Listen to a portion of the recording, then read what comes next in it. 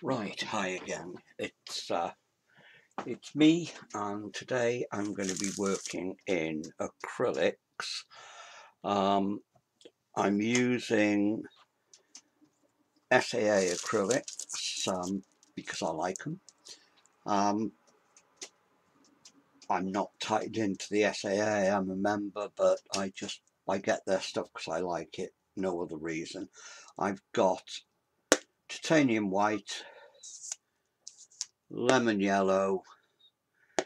They call that light mustard, but it's more or less cadmium without any cadmium, yellow ochre, raw sienna, burnt umber, SAA red, which is pretend cadmium red, Bordeaux, which is like alizarin crimson on steroids. I love this paint.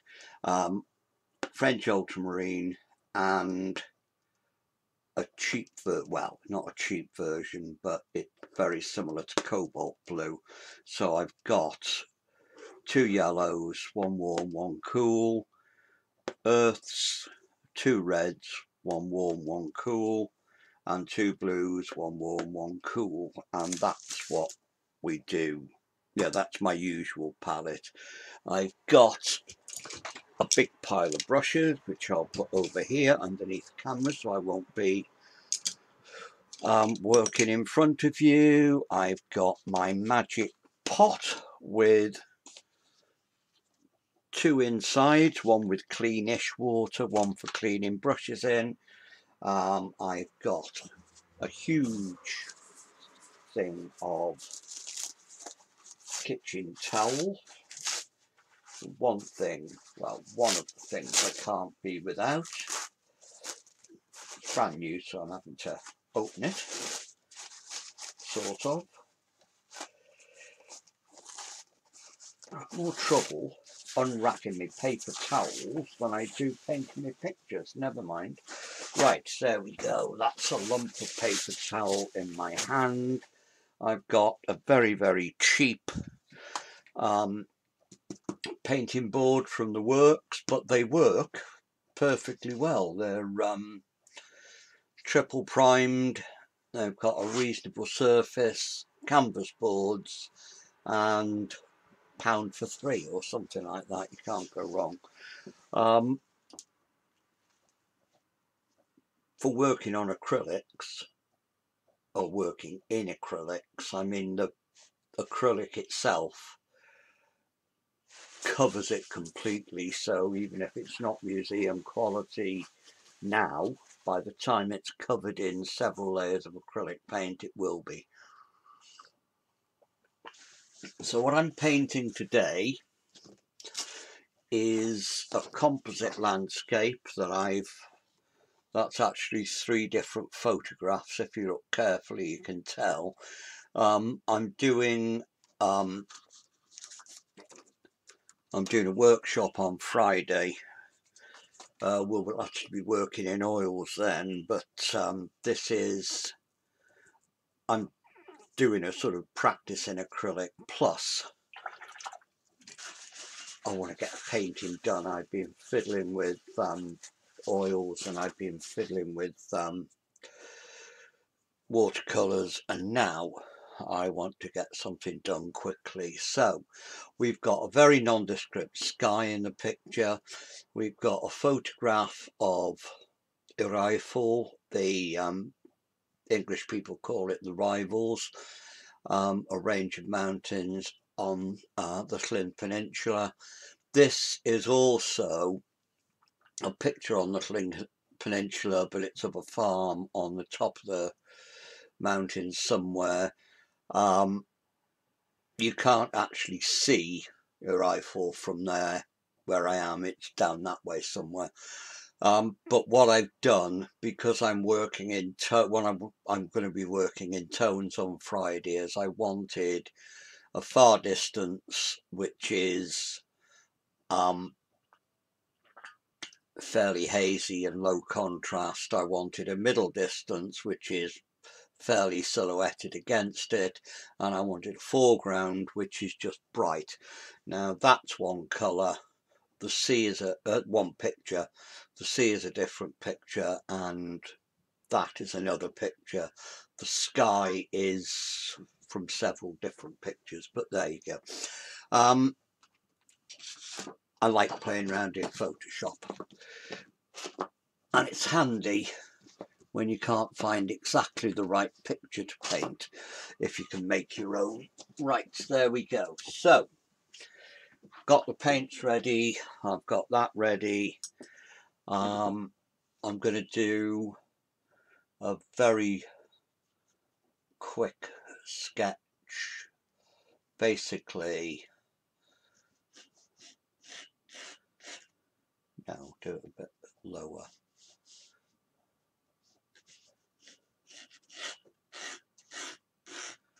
There's roughly where my sea line's going to go.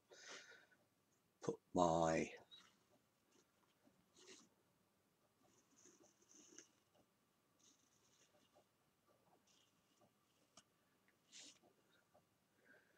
there's a very faint one over there as well, which I'll include. A tiny little bit of bay across there, just over halfway. You've got the first building, second building, that's going up.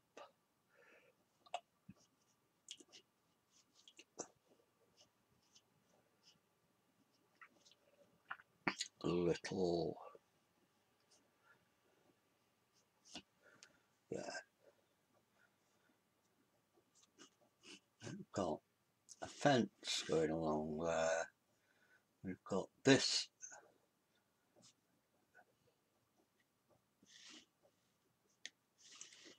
big post in the foreground, big gorse bush, and what I like about it is this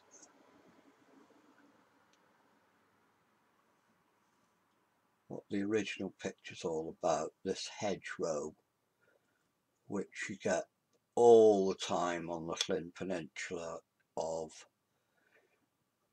built up hedgerows around fields, which basically stop the sheep getting out. And that's all I'm going to do. I'm pressing a bit harder than I usually would so that people can see it. And we've got posts leading into the centre. We've got this going across there. We've got some bushy things there. A couple of dead things in the foreground. The main thing showing the foreground are these shadows coming across here, which show the lie of the land. So that's my basic sketch.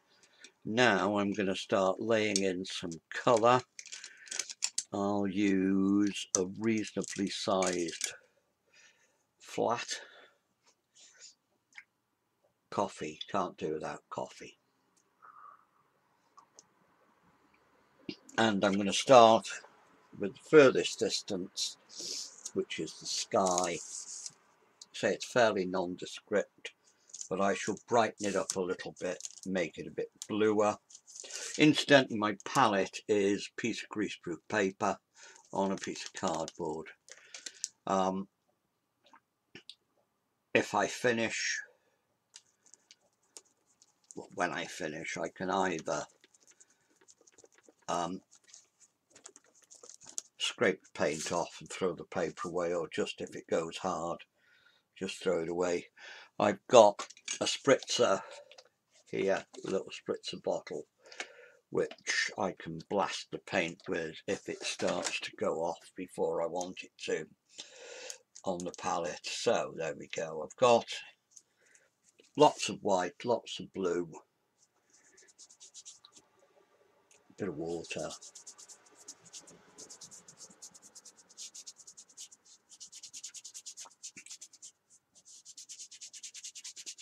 this is a lot bluer, stronger than it is in the photograph, but I want it to look like a fairly sunny day. One thing that you have to realise with painting from photographs is you are not copying the photograph. You'd have a job to copy the photograph here because I've made my own picture out of 3 different ones, and I'm going to change it yet again when it comes to this painting. I've added a little bit of yellow ochre into that to warm it up, grey it down.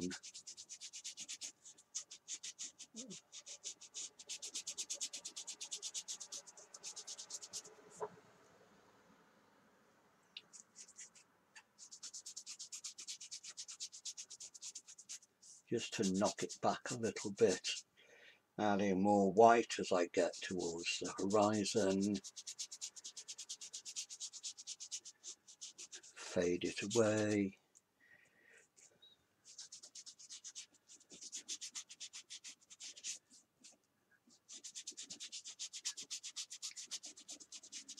So I don't want too much happening in the sky because there's quite a bit happening in the middle distance. That's where all the action is.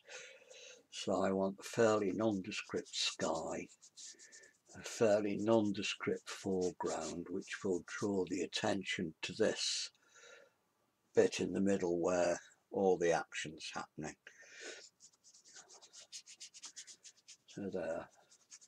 I do like painting in acrylics. It's immediate. It dries so quickly. If you make a mistake, you can just put it right straight away.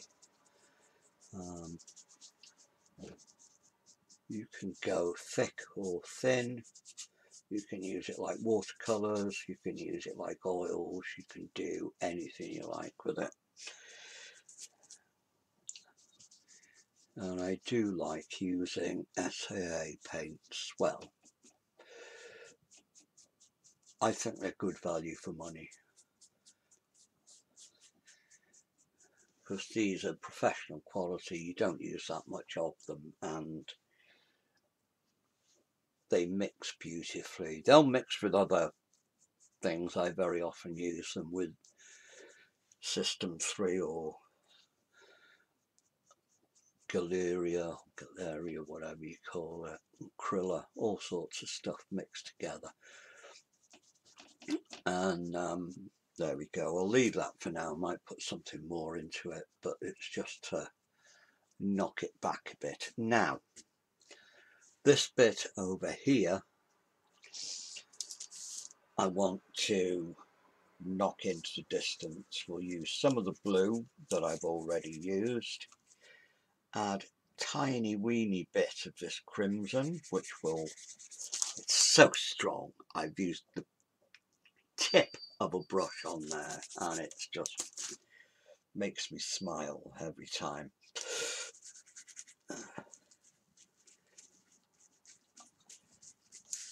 Some of that, some more blue, some of the umber. I'm mixing a sort of grey purple. What's white?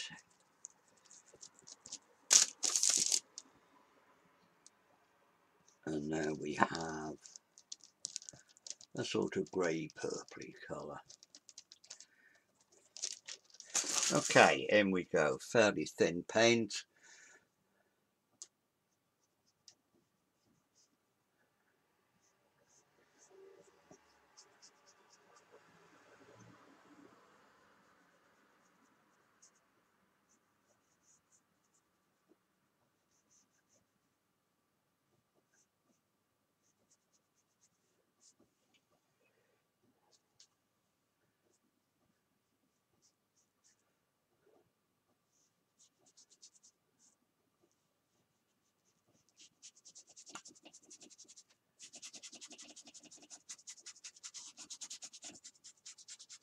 I'm feathering out a little bit. Bit at the end is what makes it definitely a rifle.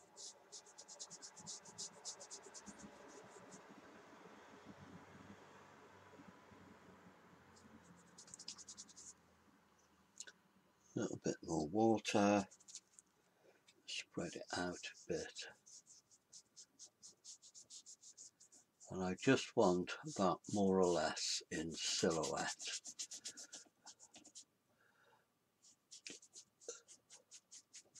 So it falls back, but it's there.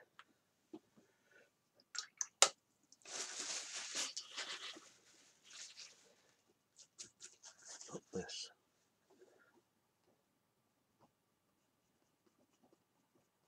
other even more distant mountain there, and across here we've got a glistening white sea. There we go.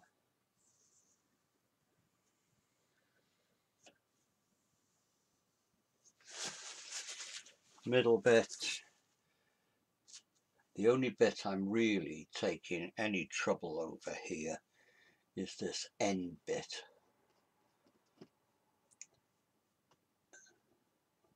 That can blend almost into the sky.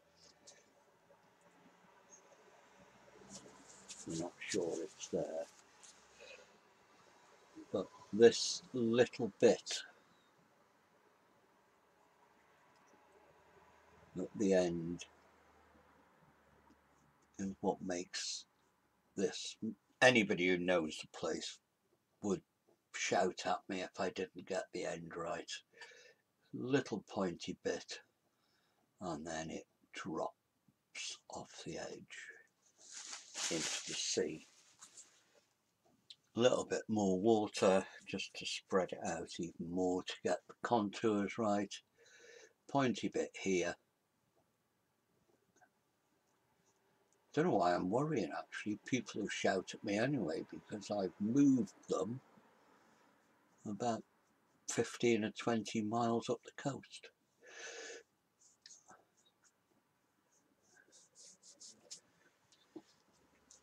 And there we are. There's the greyness in the background.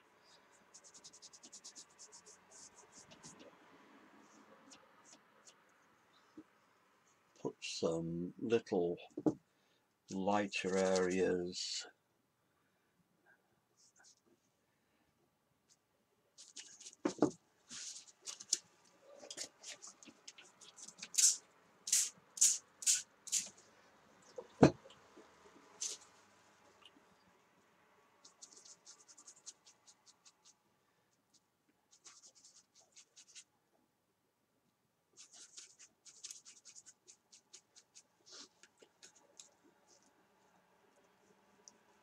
And these fields where the sun's hitting them.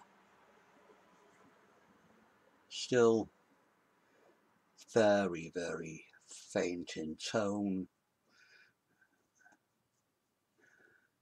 Just enough to let people know that there's some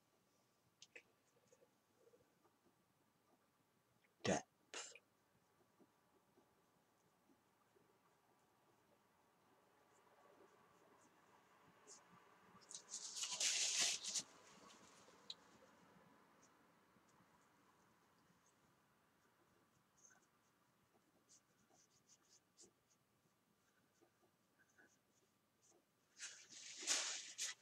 Right,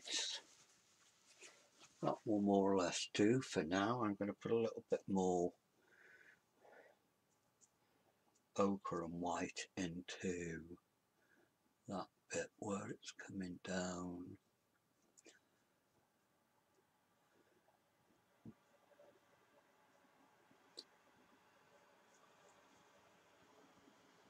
That's all I need to do on that. Now where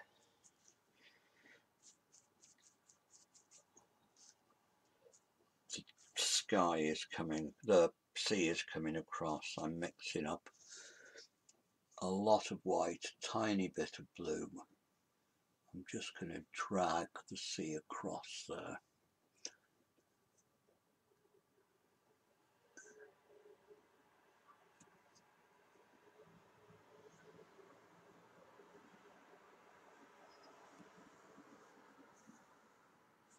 There we go. In.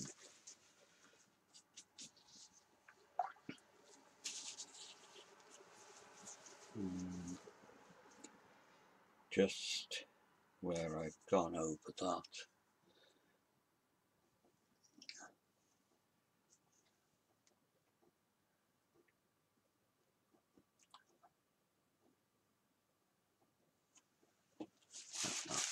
Right, now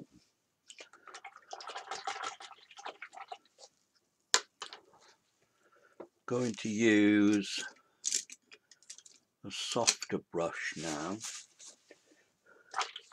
It's actually a watercolour brush, but I want to have a little bit of accuracy about the farm there. Again, I'm not going to go into too much detail, but I'm going to make it a little darker in tone. So I'm using my grey that I mixed up there, but I'm adding the burnt umber into it. A little tiny touch of red.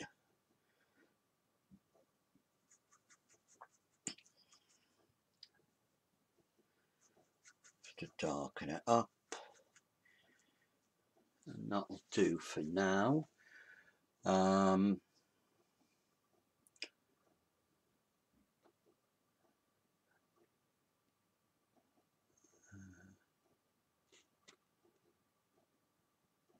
Chimney in there, that's more or less on, well, it's within the end third.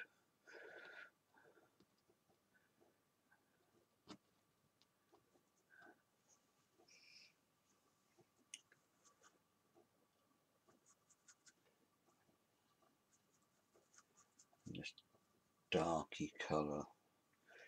It's very warm up here tonight, and it's paint's drying very quickly.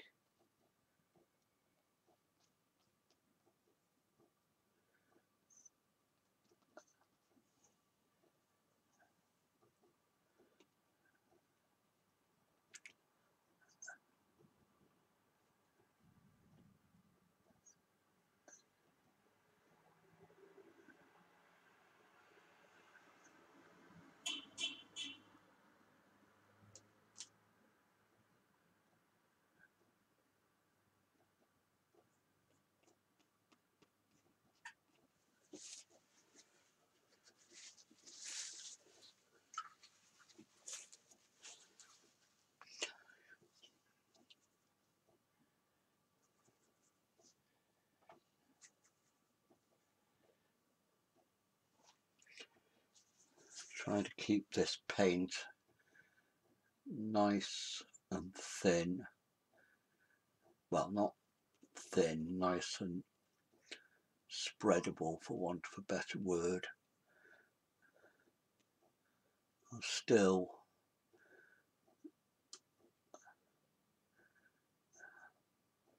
getting the darkness of tone.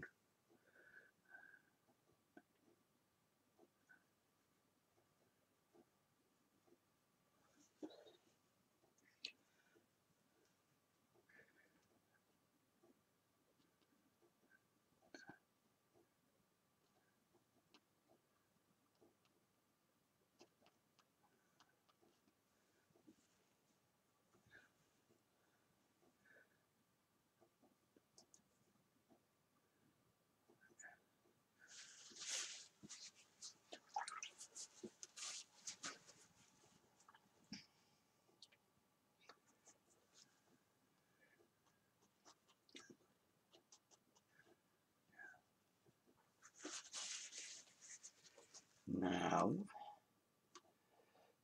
got a little bit of rusty roof.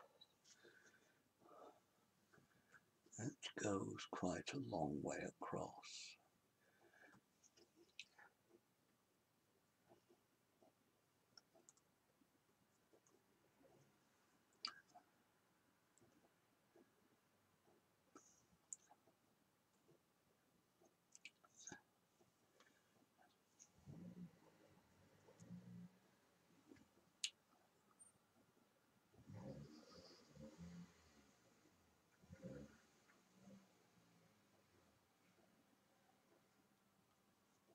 Just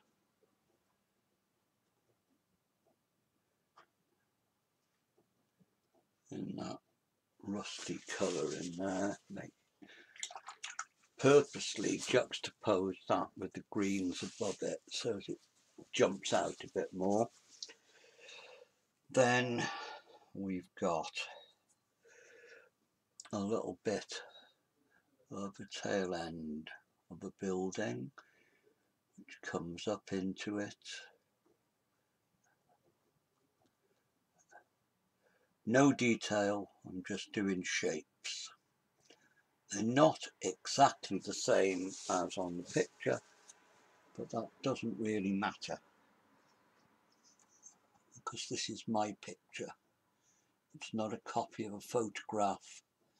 It's a picture that I'm making up as I go, well, I'm creating as I go along.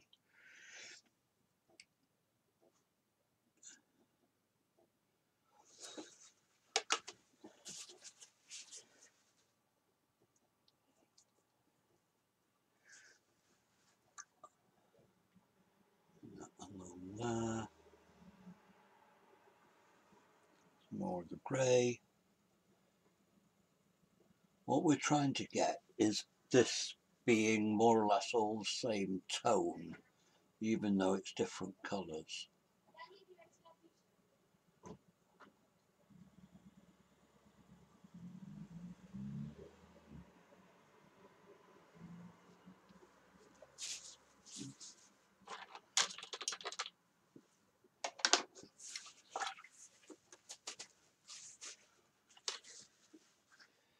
Now just coming past the end of the building, we've got a little tree.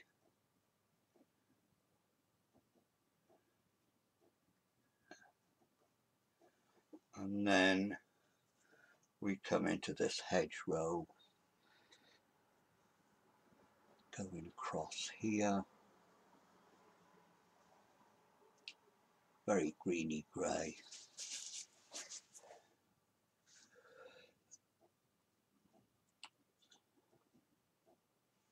A little bit more of the dark.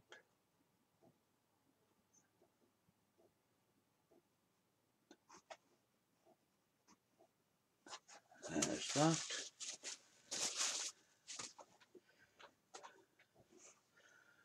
Now I'm going to put the middle distance field in, which is yellow ochre, touch of the lemon,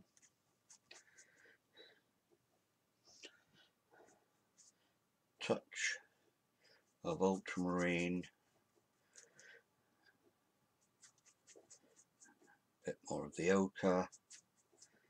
Now we've got a sort of nondescript green, and I'm using my wrong brush, but never mind. Just going to put that right the way across there.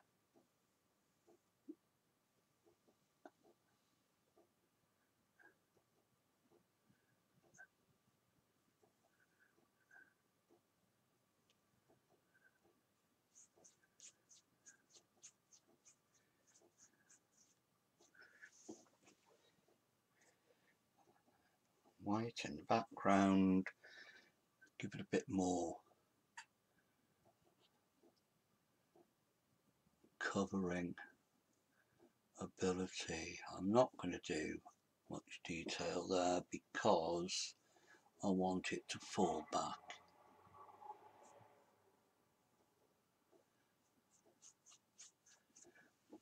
There we go. Clean that little detail brush. Dirty it again. Pull that right behind there. I'll be covering it up, but it doesn't matter. There, we've got that laid in the background. Now, put you away before I destroy you. Get a little brush. And mix up a darker greeny colour. Still fairly low in tone. There's a lot of greys in it. I'm going to put a second little hedge going across there. Break that up into two.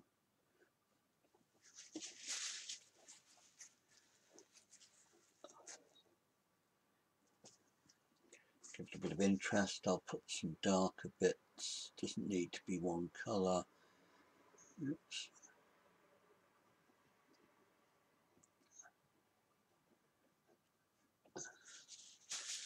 There we go, we've got that. So now, looks as if there's two fields. Get that across there. Now, we're going to be starting to come further forward. And we've got a darker chunk there. Now, what I'm doing as I come forward is I'm putting more colours into the mix. So I'm mixing up a green, which is still a dark green.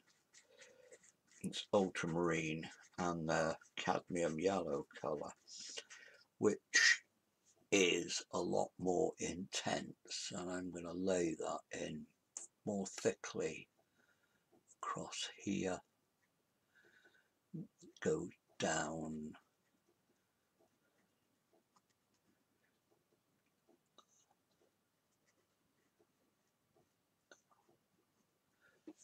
There.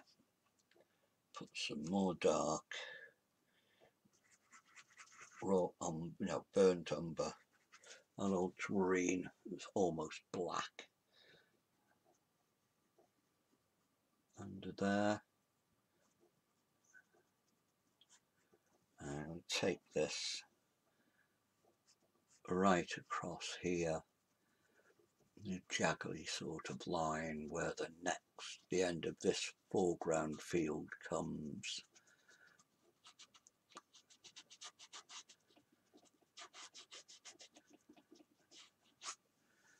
There we go, just having a little think about it now.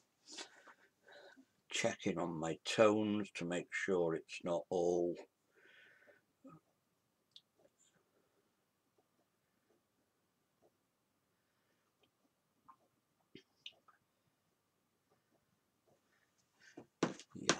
I think I might need to put a little bit more in there.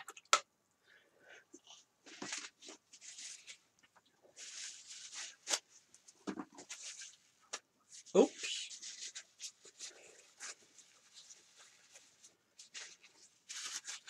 I've broken my brush. Stick it back in again. PVA adhesive will hold that in place. Now, where have I gone? A little bit of black underneath there, and bring that up a little bit more. Again, so it sings against that further field. A little bit more colour here and there.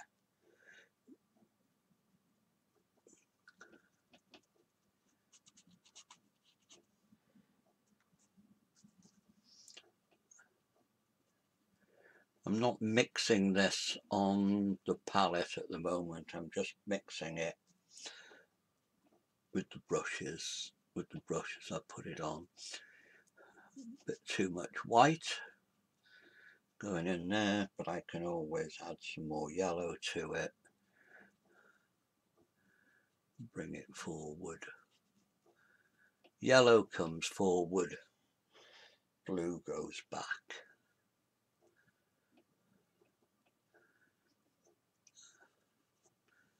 There, we've got a little mini fancy thing there. That bit's going to get covered up by some dead brackeny stuff, but I'll still put it there first.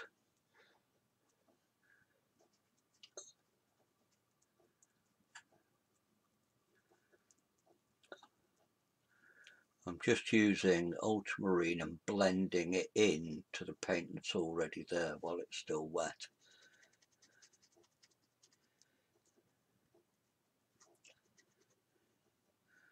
And already we're seeing recession between there and there.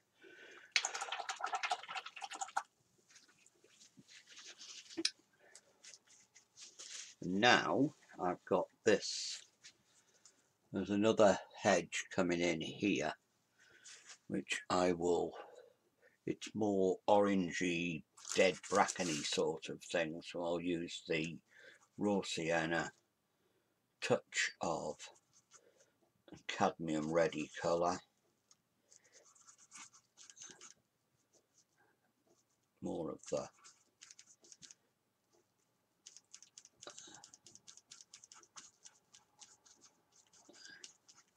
I've got sort of browny orangey dead colour, which I shall make come forward here.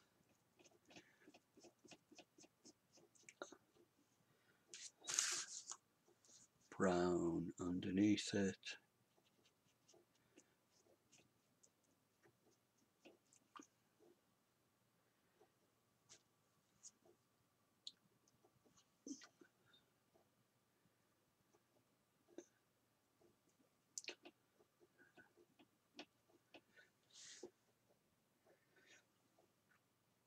Right, I shall come back to that later.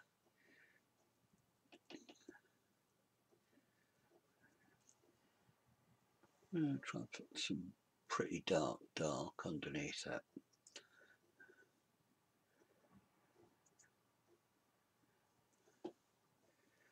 Right.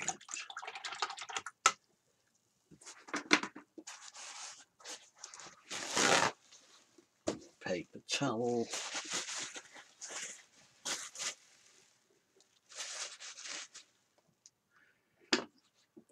Slightly bigger brush.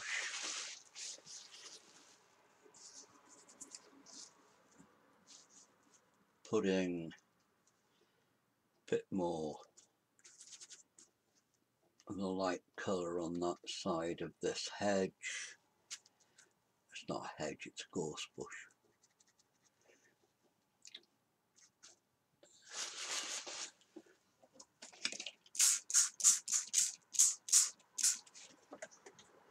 Squirting the palette. That's what the funny noise was.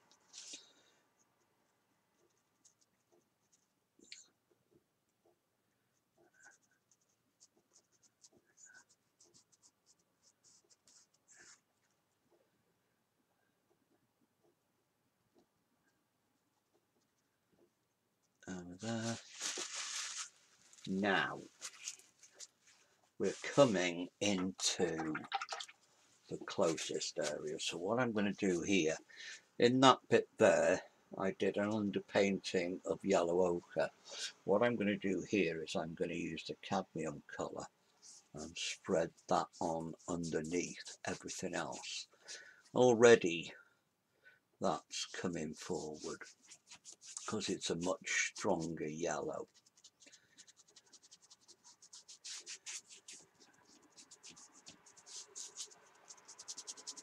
I'm going to be putting other things on top of that, but already you can see that that yellow is coming forward into the painting.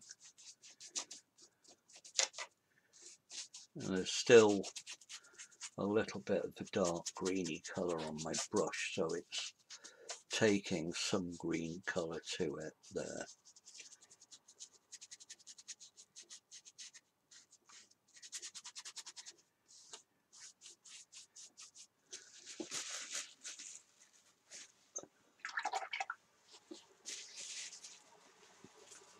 So there we have that. Now the light is coming from this side, so there's long shadows coming along here, which is what's going to show the contours of the land. Dark bluey, almost purpley green coming in here.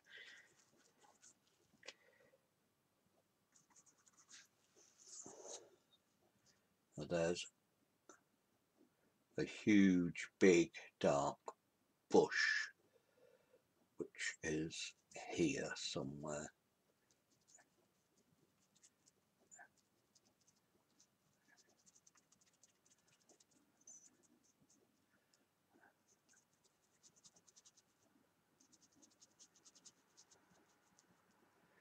And that is causing shadow down here. Joins up with those shadows.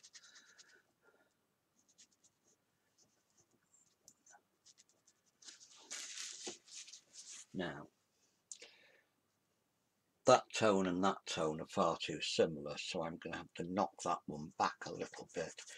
By doing that, I'm going to mix some white in with the yellow colour and just knock that green back a little bit. Not as far as that one.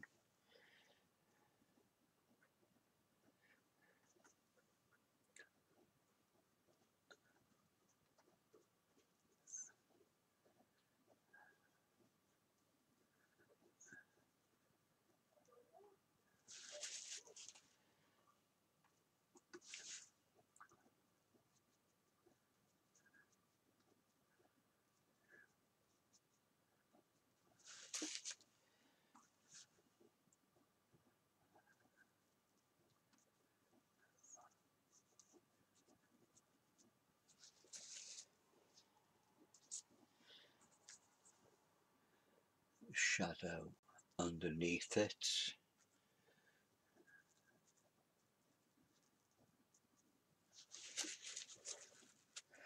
What this picture is about really is that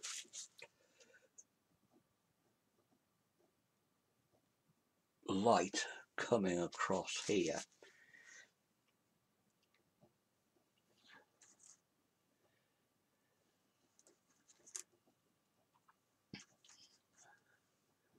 I want some of that to go the bottom of that.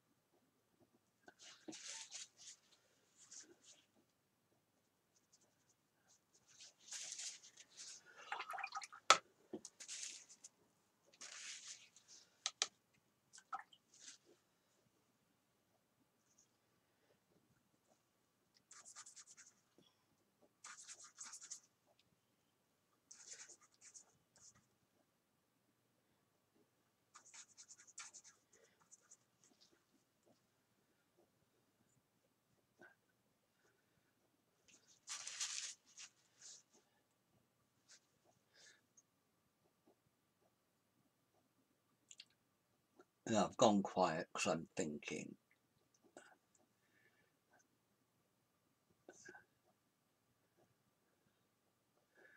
This has got into a bit of a mess here. I'm not really separating the tones, and because I'm having to squash all this bit, it's a lot more spread out in the picture. I'm putting a lot more, I'm compacting the foreground a lot more than it is in the original, so I'm having much more difficulty putting in these stripes, for want of a better word.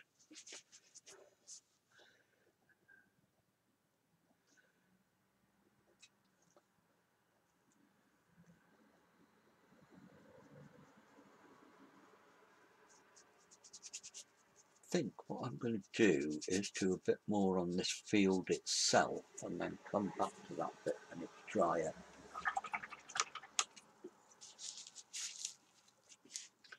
Use a slightly bigger brush. When you work in acrylics, always make sure you clean your brushes properly afterwards, because once this stuff goes dry and hard in your brush, the technical term is buggered.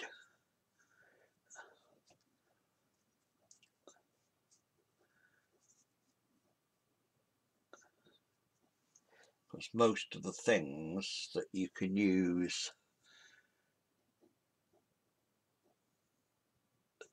to dislodge the PVA also dislodge the glue in the ferrules, so you end up with a bristleless brush. Right, okay, we've got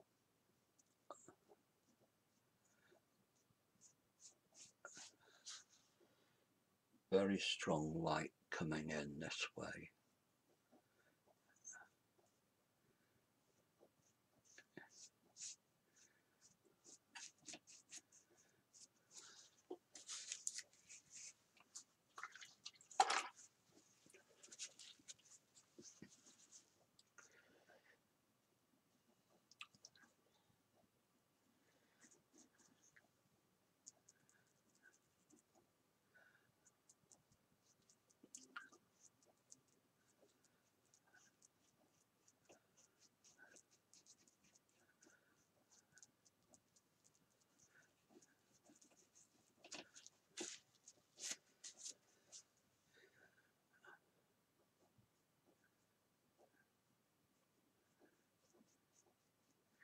Just trying to knock that far end back a bit, and I'll mix up some very strong green. I've lost my, no, I've used all my cadmium yellow colour.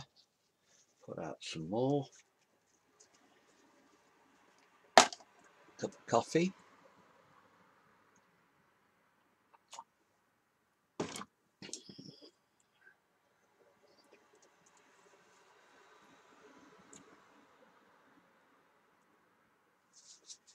I think it's time to admit that I've got that wrong.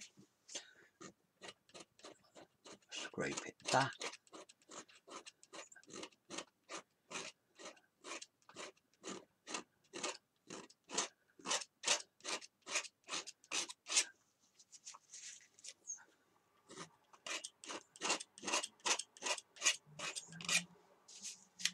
Warts and all.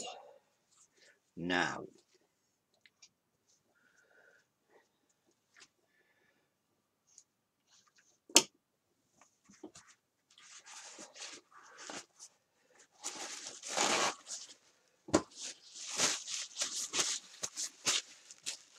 I wiped the palette knife on my finger instead of my kitchen towel, so not a good idea. Right, you stay over there. Brush, middle-sized brush, come here. I'll see what I did wrong over in this bit. Move that further over. Put in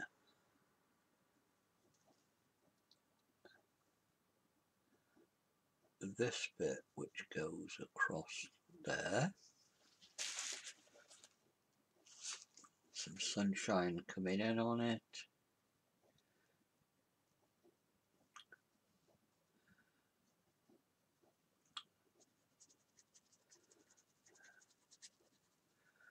If I put the basic colour in first, I can lay the shadows on when I've got the things that are casting the shadows painted in.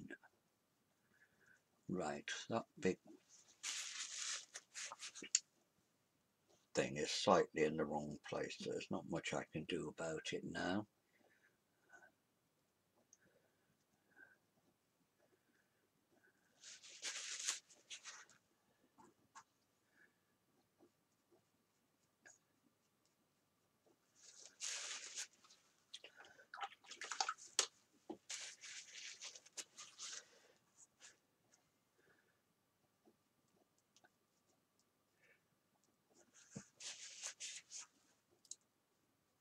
Put back in my mountain.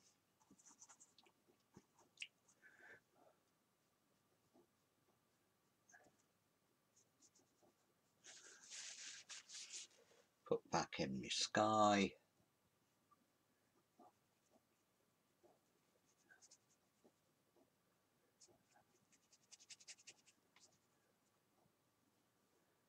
Let me see.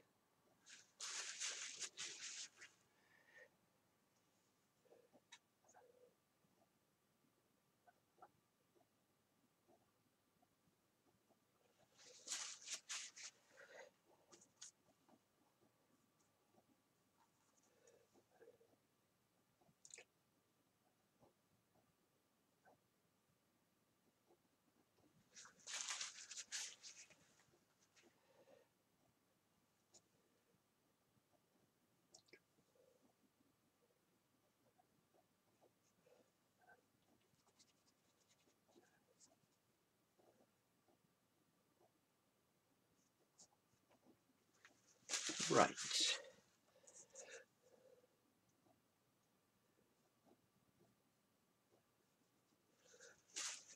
Back where we started. That bit was never going to work. So,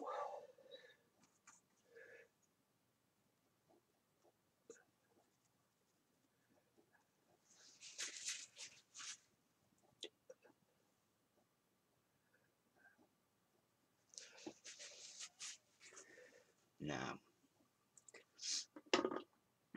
where I went wrong was what's causing most of these things is a row of posts.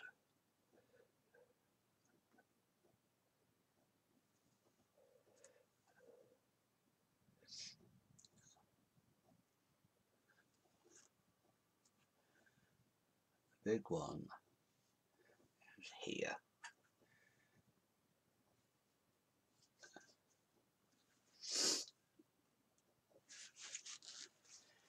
Right, now we've got what I wanted to paint in the first place.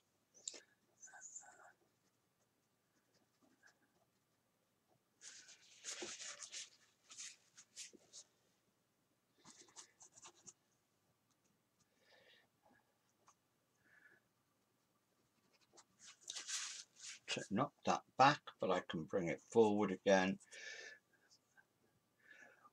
What we're doing here, or what I'm doing here, what I'm trying to show, is that by putting more or less colour, as opposed to white or dark, it's the actual colour in the mix, how strong the colour is, which puts it back or forward, and also the counter change between light and dark.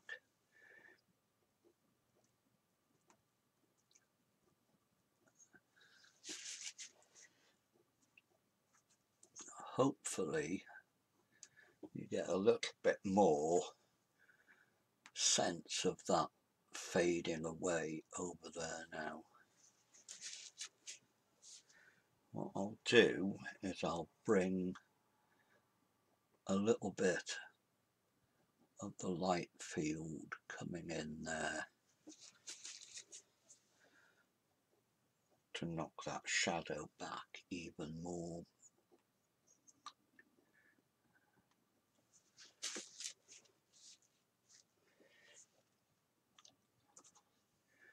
That behind it.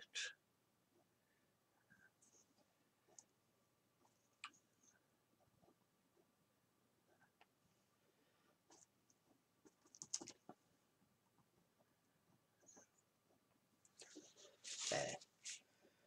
Right, we're getting somewhere.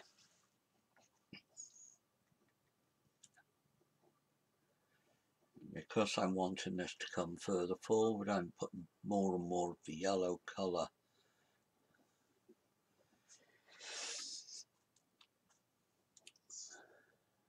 and more of it up here.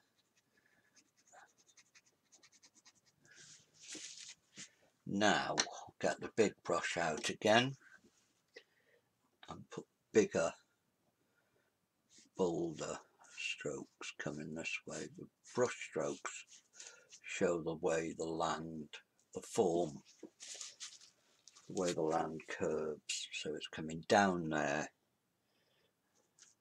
and flat here, down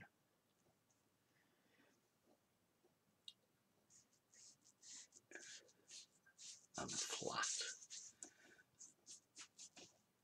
down and flat.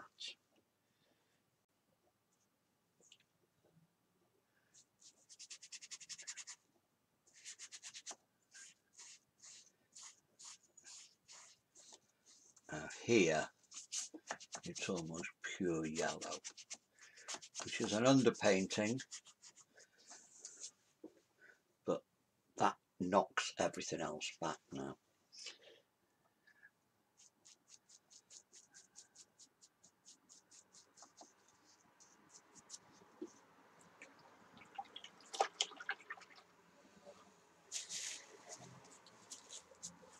Now there's more shadow on this side, so I'm going to mix up some of the bluey colour quite thinly, and on this side of the field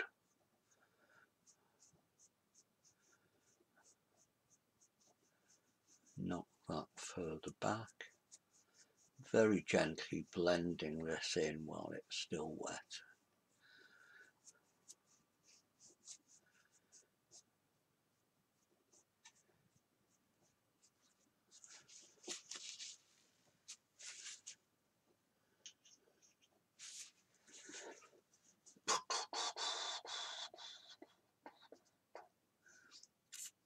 Right, back to the little brush.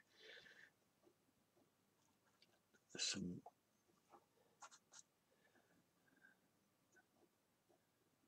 fairly strong lights on there, but that's lemon yellow with some white in it. Back into this bluey green.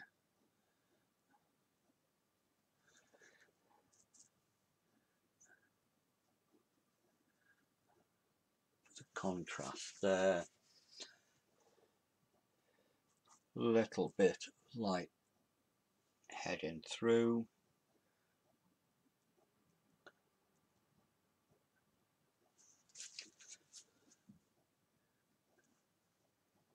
Right, now that's sitting more or less where I want it now. Bit of the brown.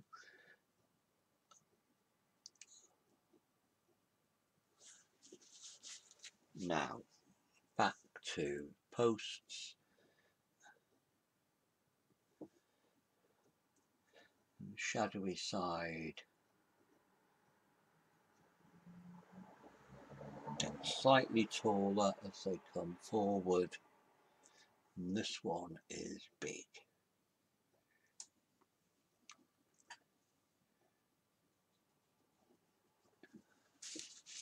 Right, now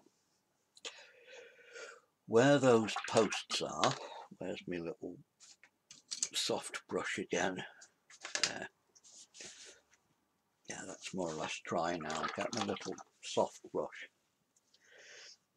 and mix up some bluey green, tiny touch of that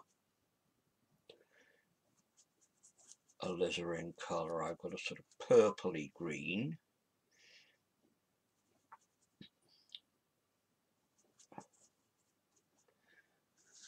What I'm going to do is I'm going to draw in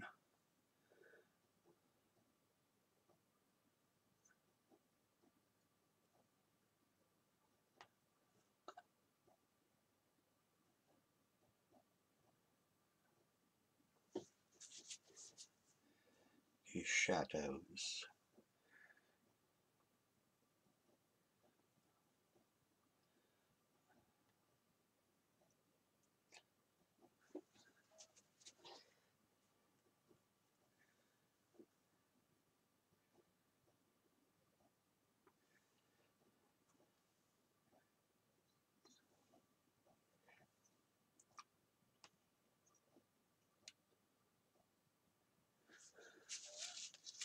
Now behind here, I really want to put this brush in, but I don't know where, this bush in, but I don't know where to put it.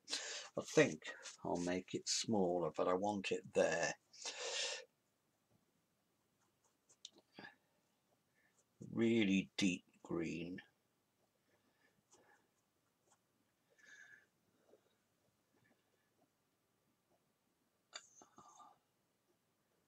Put it here.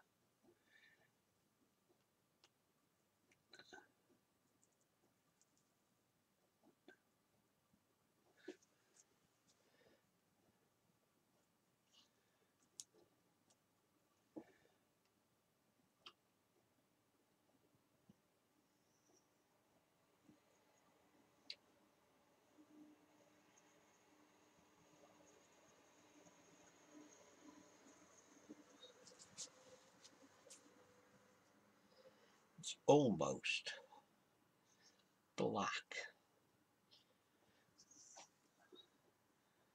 I'm going to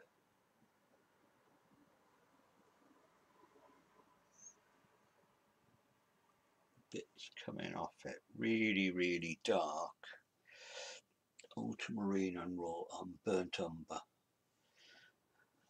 touch of very strong red.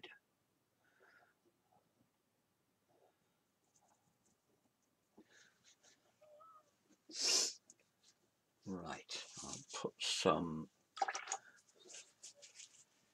lighter colour into that where the sun's hitting it on that side.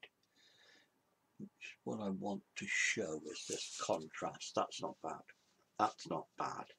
And I'll bring some up from the front to model it, where the sun's coming across and just catching it. Use the dark colour and make this even more crooked coming in here.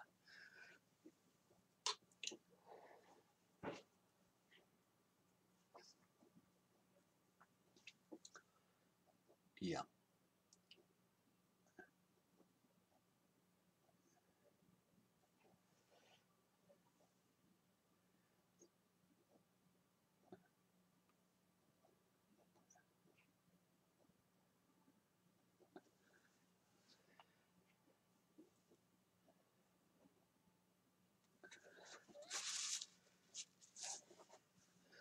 And then here from this bush, we've got our darkest shadows.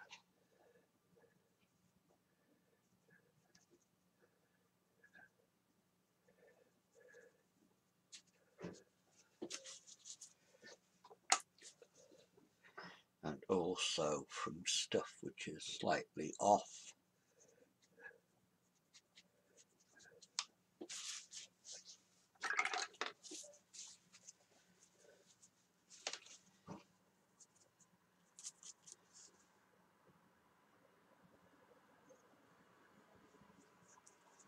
I'm using very thin washes in the middle distance.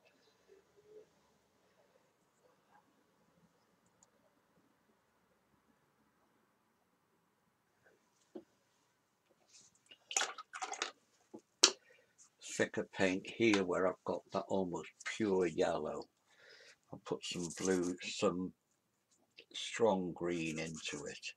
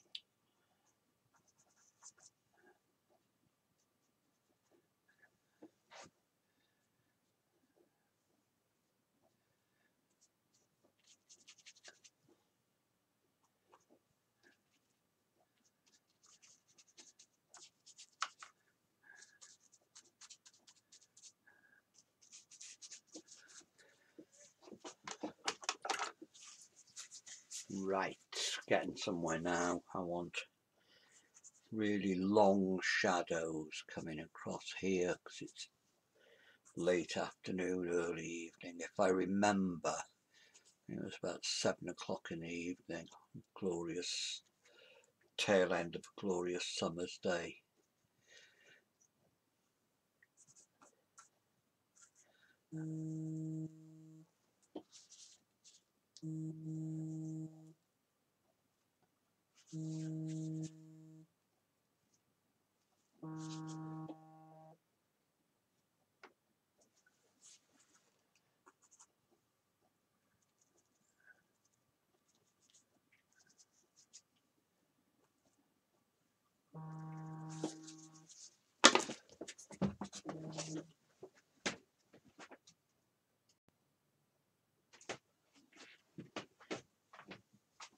I'd had a little phone call then, so let's see where we are. Right, now we've got everything sorted where it should be.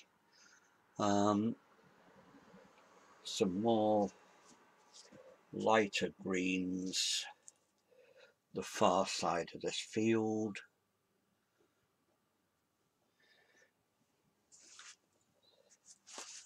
I'm getting myself very messy today, I don't know why.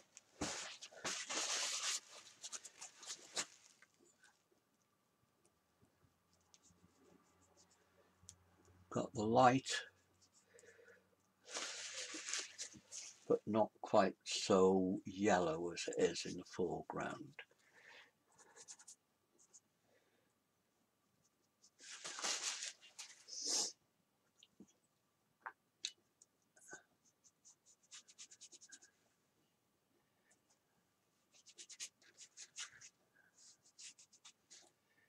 Adding more cadmium as I come further forward.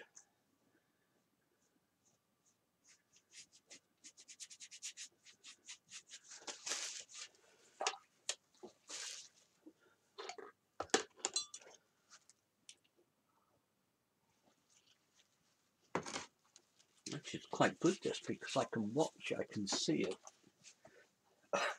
on the TV screen from where I am, and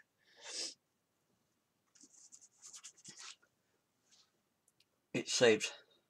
One thing about making videos is very often I always used to stand to paint and walk backwards and forwards, but now as age is catching up on me and I'm doing videos and things, it's difficult to wander about. So I'm sitting down while I'm doing this, which makes it difficult to step back and see, but I've just realised that I can see this where I'm painting it. Now I've moved my chair, I can see what I'm doing, and I'm watching exactly the same as you are, which makes it much easier for me to see if I'm right or wrong or indifferently. Right, okay, some more darks under there.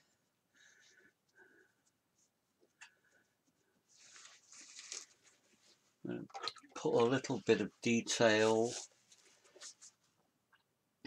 in the foreground here.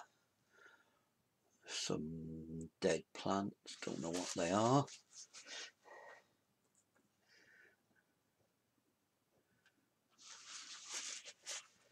But they give a little bit of interest.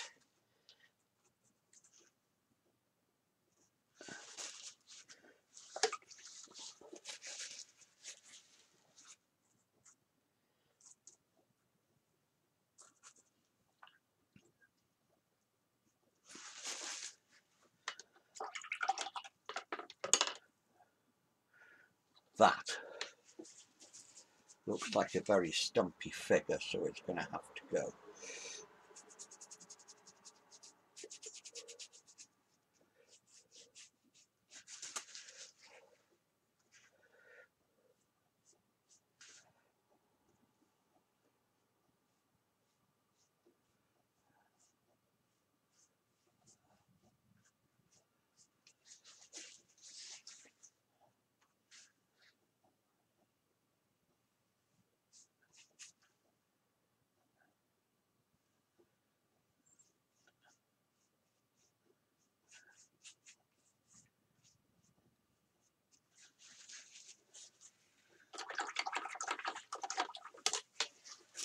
Where's the little brush?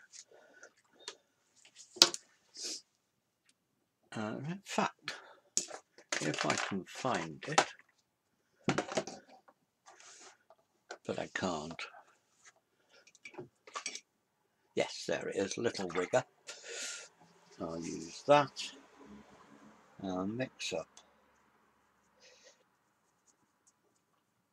some fairly runny dark colour. Where I put in this big thing, and make it more planty.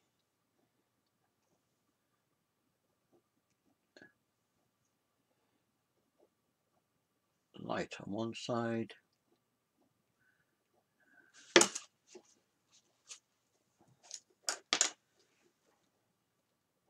another one.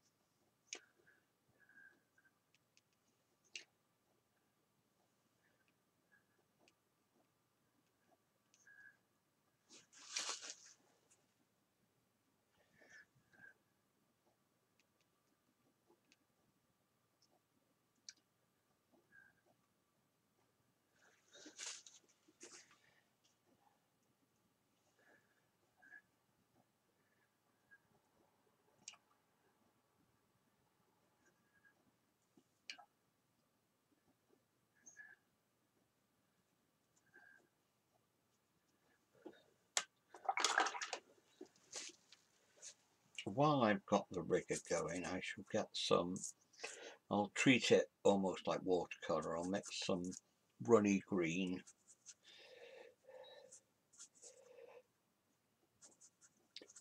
darkish, and then I'll just make random marks in the foreground.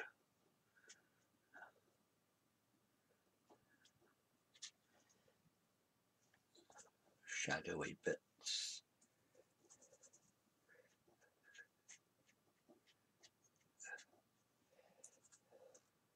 A lot of people don't realise how versatile a rigger brush is. All brushes, you can use any part of your brush to make the marks you want to make.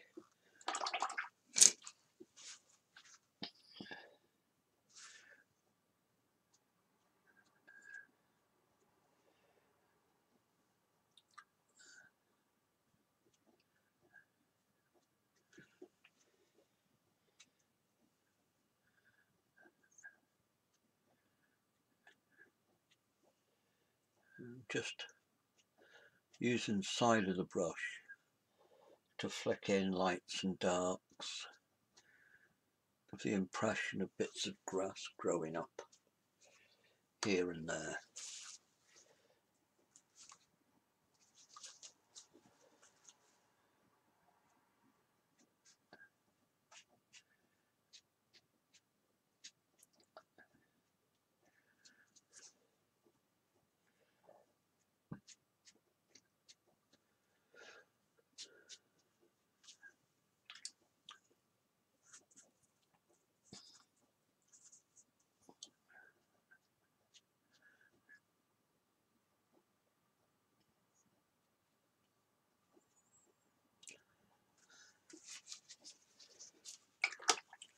That might be a little bit too light, but it looks almost like a little puddle or something. I'm going to leave it. Happy accident.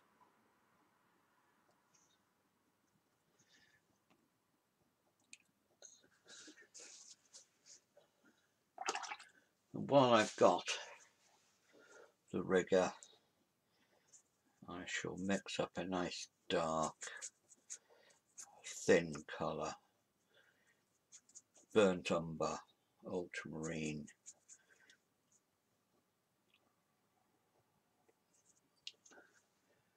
and where this big bush is, I'll put some growy bits coming out of it.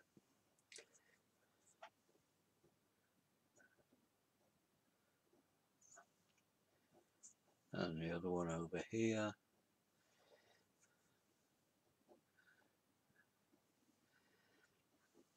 A little bit more detail.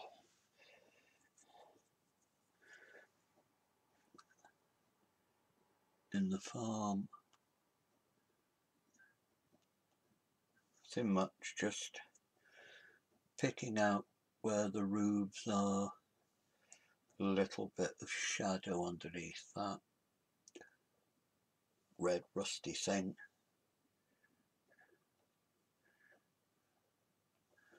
More definition into this roof, and stick a chimney on that just to make it a bit more interesting.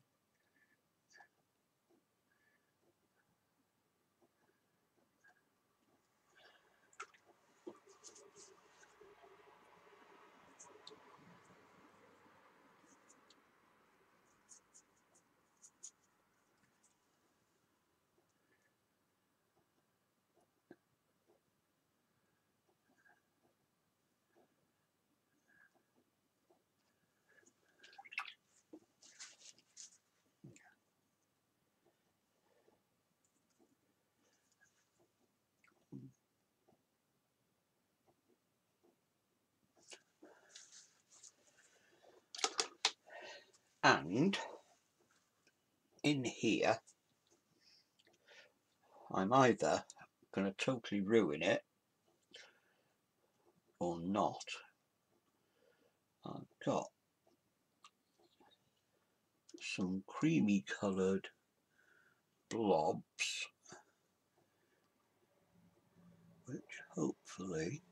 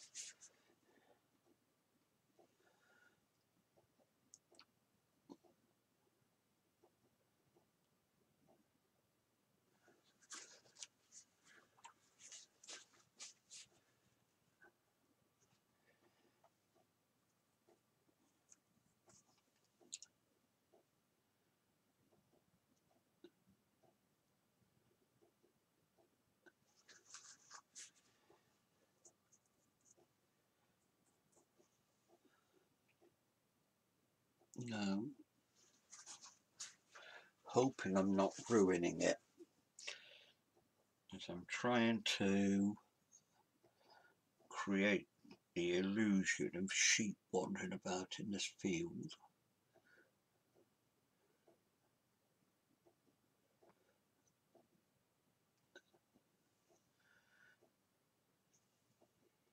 Just by putting little dots of dark and light.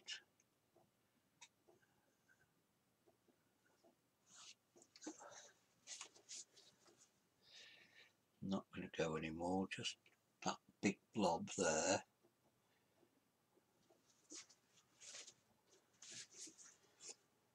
Might have one more closer.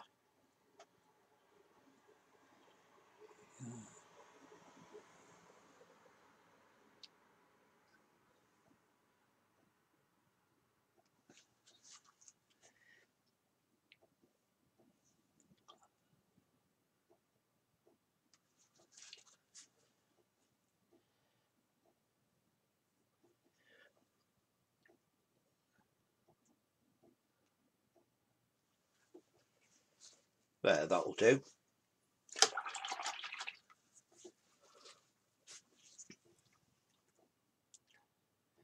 Sheepwise, some very thin yellowy colour, make some marks coming through here.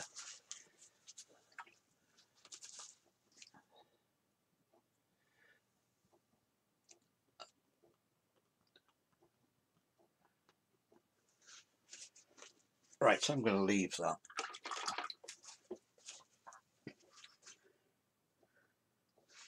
No, I'm not.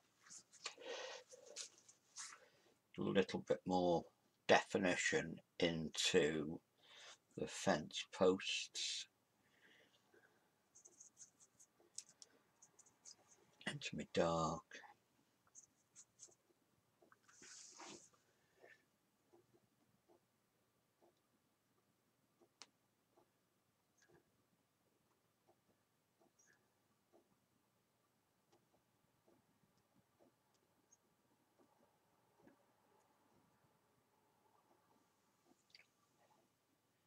A bit more dark underneath that brush, that bush.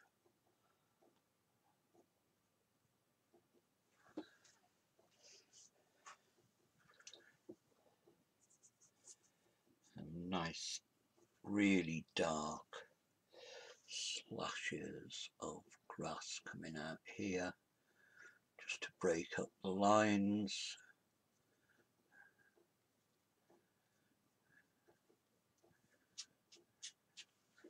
There, that will do, I think.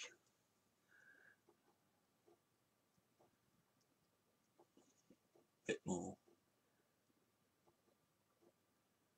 shadows. There.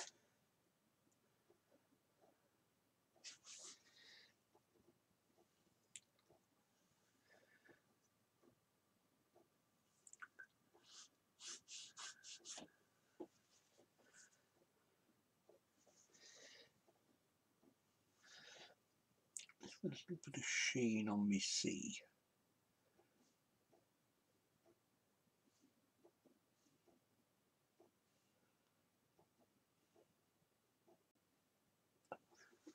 Right, that will do it.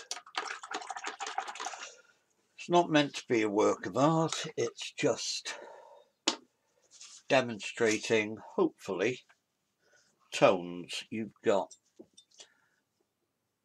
dark, that's a bit lumpy bumpy.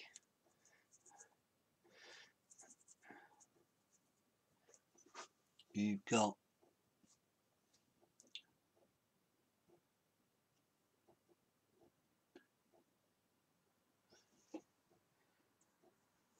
very faint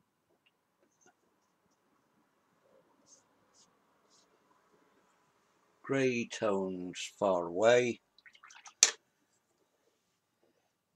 little bit more definition where I've gone over that bit.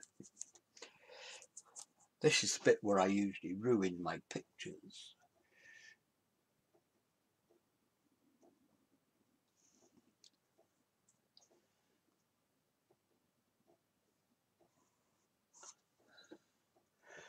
Very pale tone in the background, blob in the sky, which is easy got rid of.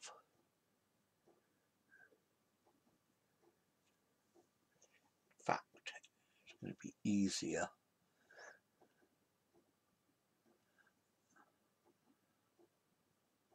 to bring the sky over the mountain rather than the mountain over the sky, just to get the definition more tidy.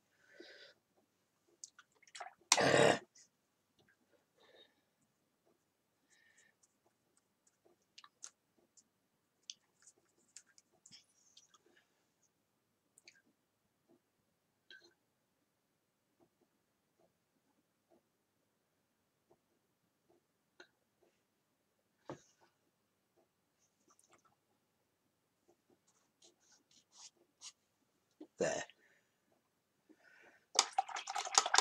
That's that. Going back a bit, we've got recession, we've got dark, we've got very pale tones over there, we've got much stronger colour as you come forward. I'm going to do a little bit more with the sky. I'm fiddling now. Somebody tell me to stop fiddling. But there's nobody here to tell me to stop fiddling, so I'll carry on fiddling. Right, okay, just a little bit.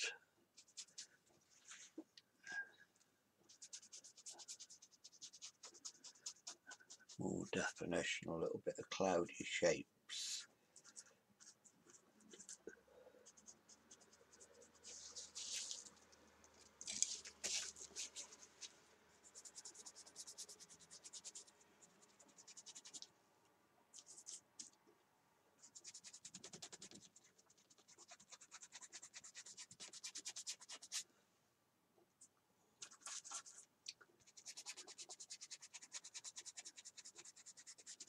Well, what I'm trying to do now is bring the sky a little bit further forward. We've got the recession in the foreground. What we don't have is recession in the sky. So I'll bring some deeper blue into the top of the sky.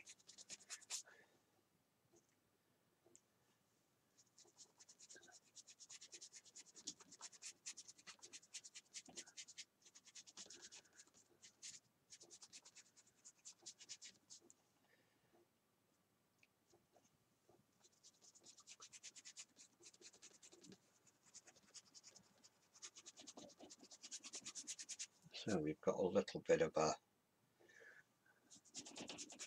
story going on up there as well.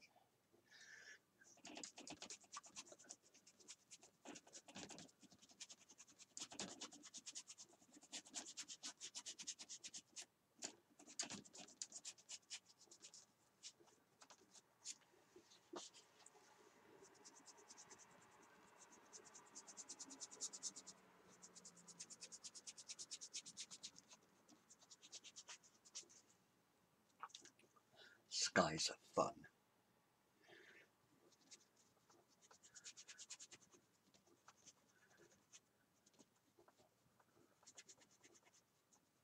There.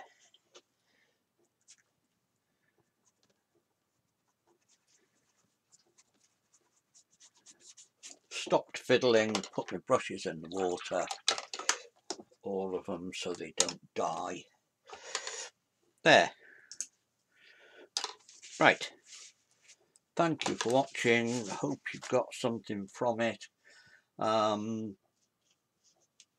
Bit lumpy over there still, but never mind. It'll be, yes, it does. It shows some recession, and that's the main thing. Okay, thank you for watching, and night night.